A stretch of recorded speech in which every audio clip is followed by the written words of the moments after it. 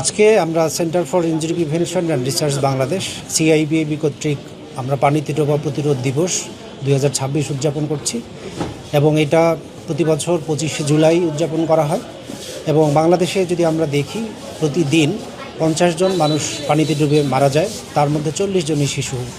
এটা অনেক বড় একটা ভয়াবহ চিত্র। তো এই বছর আমরা এই দিবসটাকে উদযাপন করার জন্য বিভিন্ন ধরনের কর্মসূচি হাতে নিয়েছিলাম আমাদের প্রজেক্টের আওতায় বরিশালে, এবং তার মধ্যে ছিল একটা শিশুদের চিত্রাঙ্কন প্রতিযোগিতা বিভিন্ন স্কুলে, এবং সেখানেও আমাদের ছিল যেন এই পানিতে ডোবা প্রতিরোধের সচেতনতামূলক ছবি তারা আঁকেন এবং তারা সচেতন হন।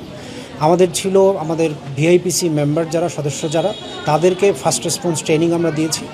আজকে আমাদের সাঁতার প্রতিযোগিতা ছিল। গত বছরে যারা প্রথম স্থান অধিকার করেছিল বিভিন্ন পুকুরে, তাদেরকে নিয়ে আমরা সাঁতার প্রতিযোগিতা করেছিলাম।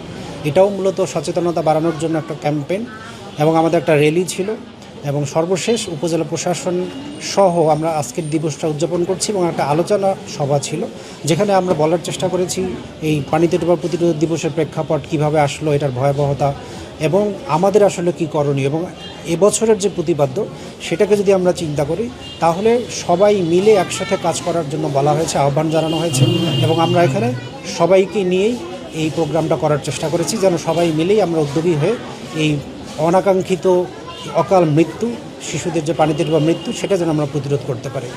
বরিশাল অঞ্চলে পানিতে ডোবার হারটা বেশি, এবং এই রিজিয়নটাকে বেছে নেওয়া এবং আমাদের বাকেরগঞ্জ উপজেলাকে বেছে নিয়ে তারা এই কাজগুলো করছে, এই জন্য আমি সিআইপিআরবিকে ধন্যবাদ জানাচ্ছি। আপনারা ইতিমধ্যে জেনেছেন আমাদের বাকেরগঞ্জ উপজেলা বেসিক্যালি নদী বেষ্টিত একটি উপজেলা, 10টি নদী আছে আমাদের বাকেরগঞ্জ উপজেলার। তো এই অঞ্চলে পানিতে ডোবা হারটা অনেক বেশি। তো এই বিষয়টা নিয়ে তারা কাজ করছে এবং সাঁতার শেখার কার্যক্রমগুলো করছে।